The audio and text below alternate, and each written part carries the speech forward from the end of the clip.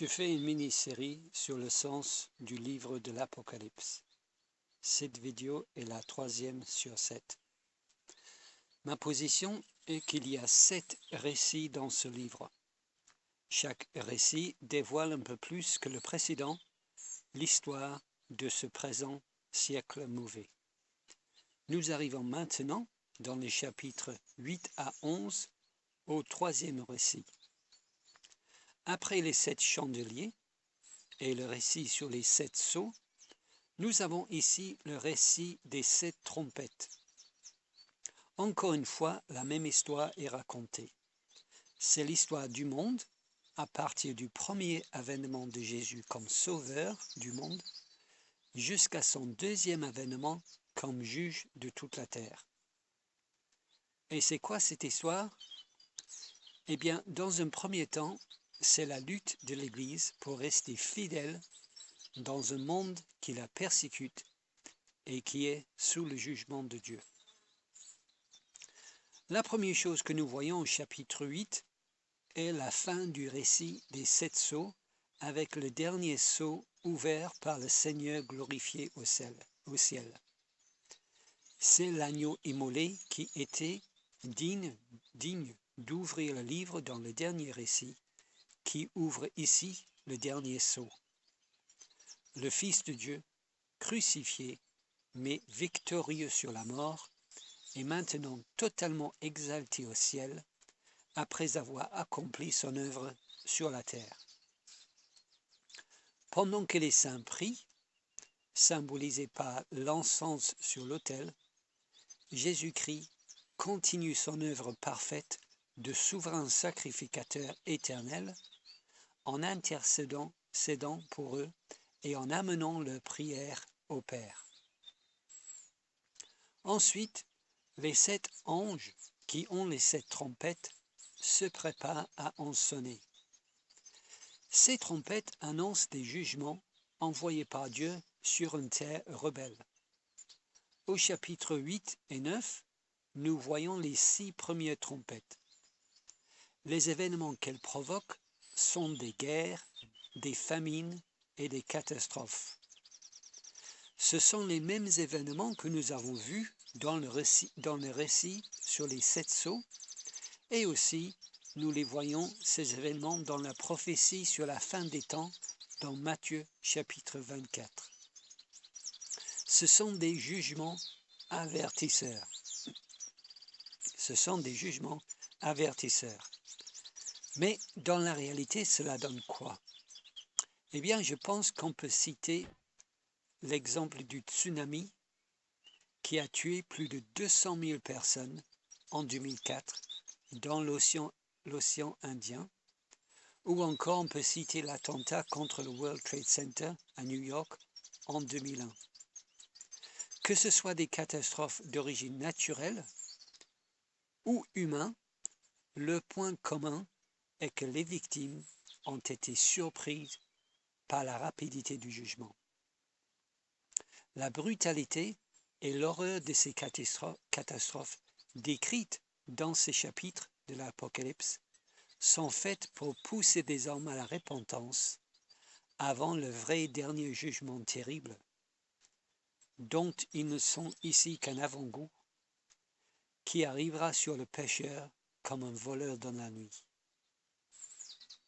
Il est toujours très triste de voir des hommes qui ne sont pas nés du nouveau analyser et décortiquer ces événements dans l'Apocalypse pour essayer de comprendre leur sens dans le détail, sans pour autant comprendre le vrai sens, à savoir, ces jugements ont commencé sur la terre.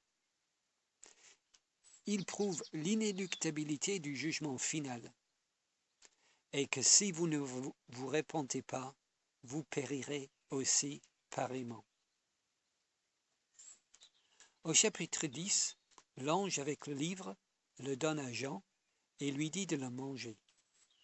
10, verset 10, « Le livre fut dans ma bouche doux comme du miel, mais quand je l'ai eu avalé, mes entrailles furent remplies d'amertume. » Le livre ici, je pense, est la parole de Dieu, qui contient la douceur de l'évangile de Jésus-Christ. Mais dans ce monde, quand l'Évangile est annoncé, il est toujours accompagné par l'amertume de la persécution chrétienne. Cette douceur et cette amertume de l'Évangile de Jésus-Christ continuent pendant ce présent siècle mauvais. Au chapitre 11, on donne à Jean un roseau semblable à une verge pour mesurer le temple de Dieu. Que signifie ce passage?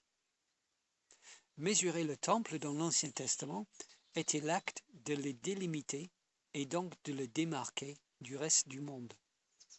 On voit cette idée dans le livre d'Ézéchiel, chapitre 40 et les suivants, où un homme mesure le temple avec une canne.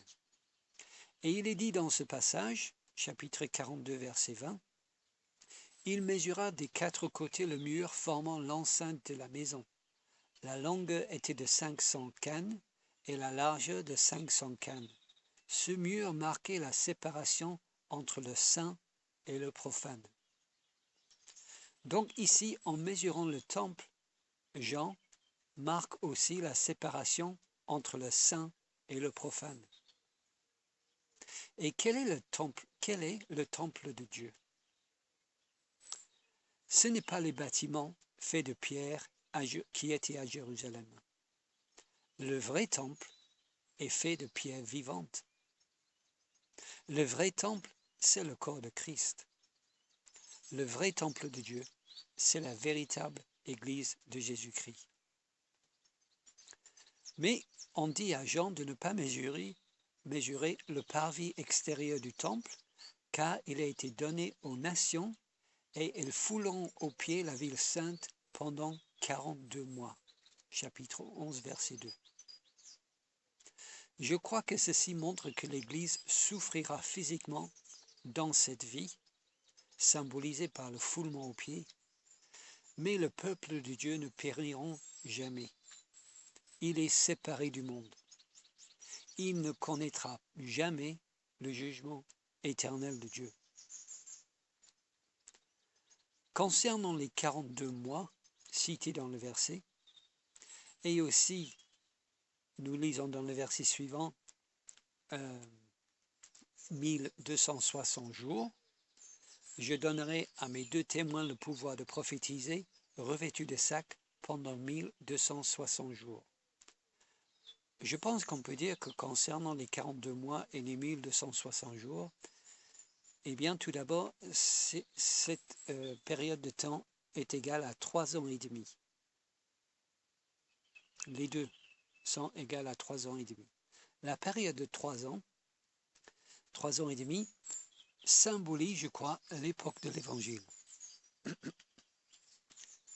La période de 3 ans et demi symbolise l'époque de l'Évangile, c'est-à-dire l'époque dans laquelle nous vivons, c'est-à-dire le temps entre la Pentecôte et le retour de Christ.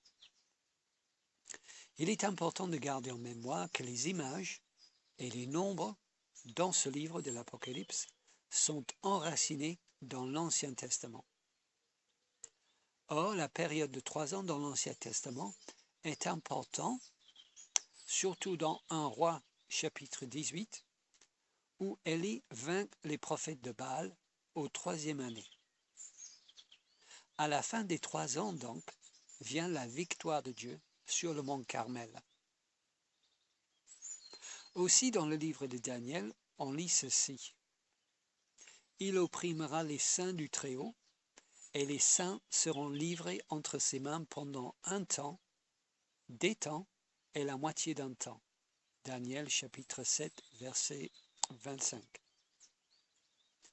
Un temps égale probablement 1 an. Des temps est égal à 2 ans, et la moitié d'un temps est une demi-année, 6 mois.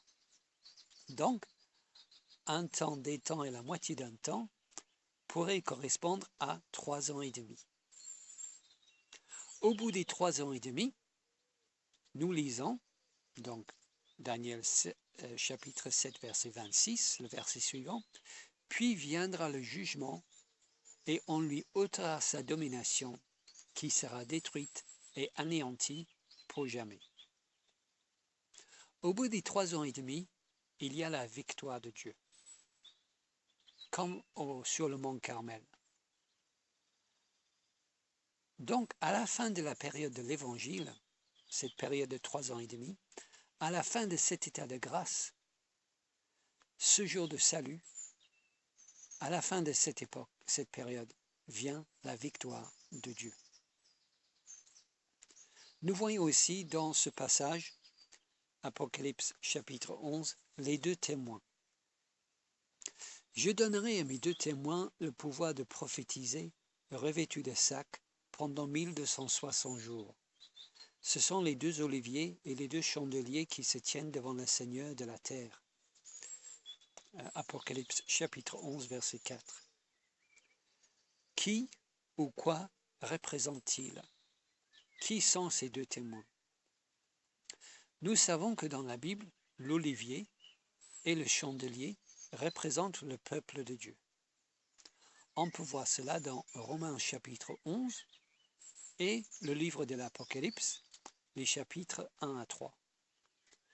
Donc je crois que les deux témoins ici représentent l'Église de Jésus-Christ.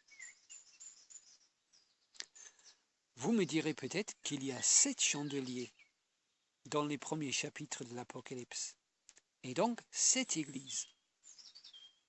Il devrait donc y avoir ici 7 témoins, si ces témoins représentent l'Église, n'est-ce pas? Eh bien, pas tout à fait. Seulement 2 des 7 églises de l'Apocalypse ont été trouvées fidèles. 2 églises seules étaient fidèles. Ces 2 témoins représentent donc le témoignage fidèle de l'Église dans tous les siècles.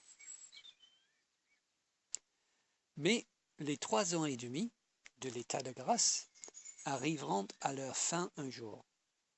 Et c'est juste avant le retour de Jésus et le jugement final que les choses vont s'empirer pour ceux qui revendiquent le nom de Jésus. Nous lisons Apocalypse chapitre 11, versets 7 et 9.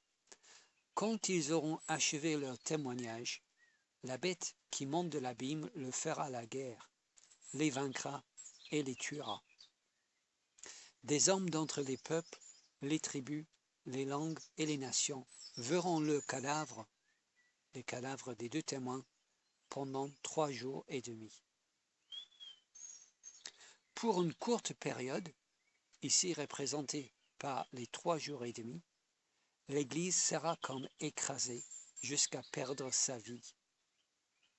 Il est possible, mes amis, que les chrétiens soient persécutés dans tous les pays du monde avant la fin, ce qui n'est pas encore le cas aujourd'hui. Mais cette période de persécution sera courte, et ensuite viendra le jour du Seigneur, quand Jésus reviendra dans toute sa gloire, et l'Église sera ressuscitée et montera le rejoindre dans les cieux. Ceci est le jour du jugement final. La 7e trompette retentit, et tous les cieux déclarent que, et je cite, « Le royaume du monde est remis à notre Seigneur et à son Messie, et il régnera au siècle des siècles. » Apocalypse chapitre 11, verset 15. Ainsi, le 3e récit, le récit des 7 trompettes, le 3e récit de la même histoire, est terminé. Avant de finir cette vidéo, je devrais dire un mot ici sur l'idée très répandue aujourd'hui d'un enlèvement secret de l'Église et d'une période de tribulation de 7 ans. L'idée de la tribulation vient en partie de ce verset qui parle de la mort des 2 témoins pendant 3 jours et demi. L'idée de l'enlèvement secret de l'Église vient en partie du verset que nous avons lu, verset 12, « Et ils entendront du ciel une voix qui leur disait, « Montez ici. » Et ils montèrent au ciel dans la nuée, et leurs ennemis les virent. Apocalypse chapitre 11, verset 12. Mais cette façon de comprendre la fin des temps vient aussi non seulement de ces deux versets, vient aussi du dispensationalisme, c'est-à-dire le système théologique popularisé par la Bible Scofield et ses schémas plutôt imaginatifs. Je ne suis pas dispensationaliste. Tout d'abord, le livre de l'Apocalypse ne parle jamais d'une période de tribulation de 7 ans.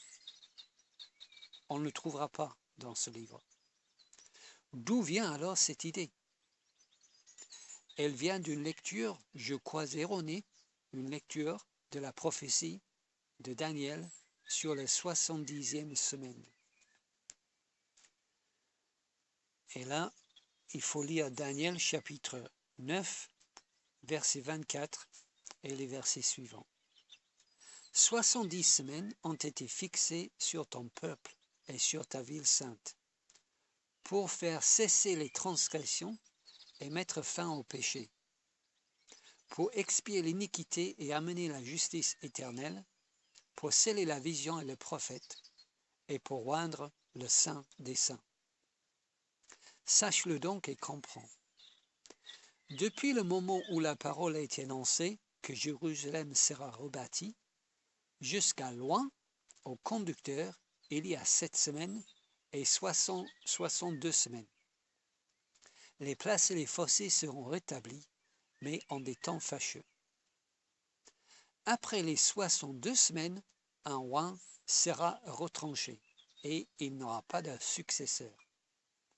Le peuple d'un chef qui viendra détruira la ville et le sanctuaire, et sa fin arrivera comme par une inondation. Il est arrêté que les dévastations dureront jusqu'au terme de la guerre. Il fera une solide alliance avec plusieurs pour 1 semaine, et durant la moitié de la semaine, il fera cesser le sacrifice et l'offrande. Le dévastateur commettra les choses les plus abominables, jusqu'à ce que la ruine et ce qui était résolu fondent sur le dévastateur. Pour trouver une période de grande tribulation de 7 ans, ici dans ces prophéties, on doit insérer un trou de 2000 ans au verset 26,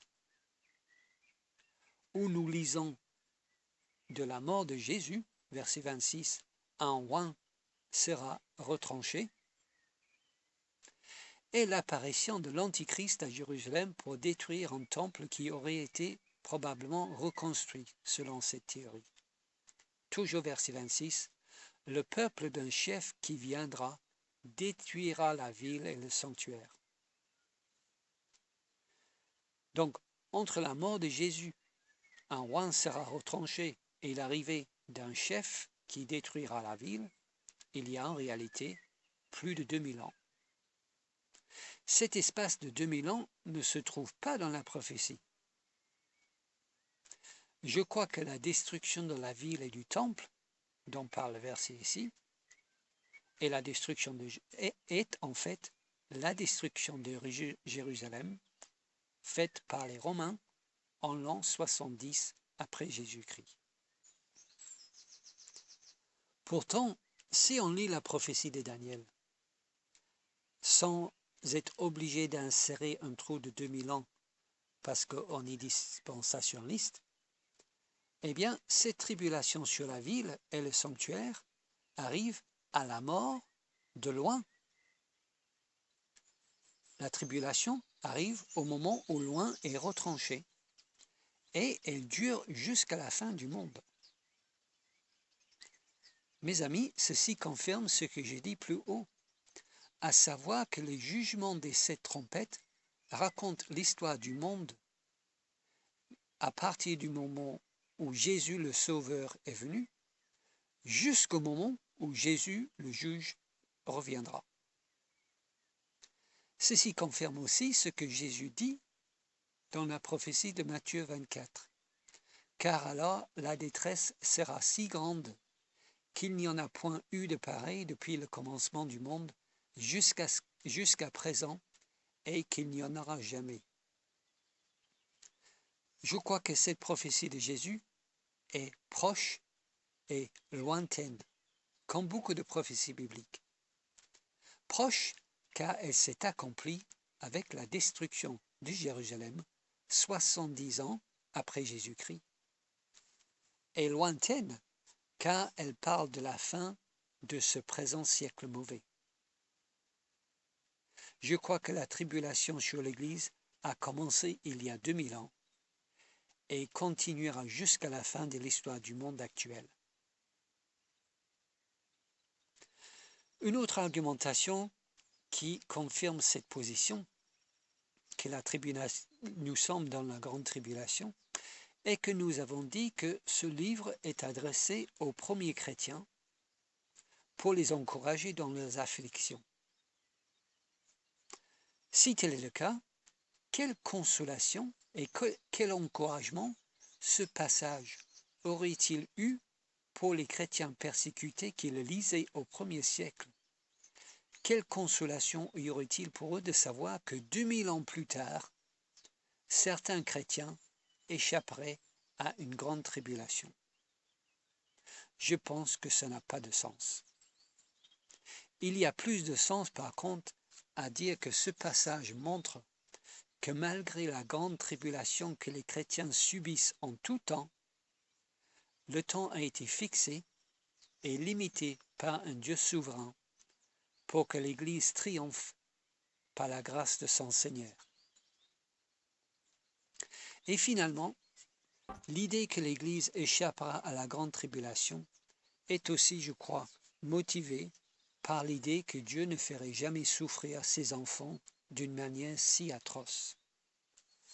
Et je pense que cette idée se renforce de plus en plus dans les églises, surtout des églises à tendance évangile de prospérité, où Dieu veut surtout que nous soyons heureux, riches et en bonne santé.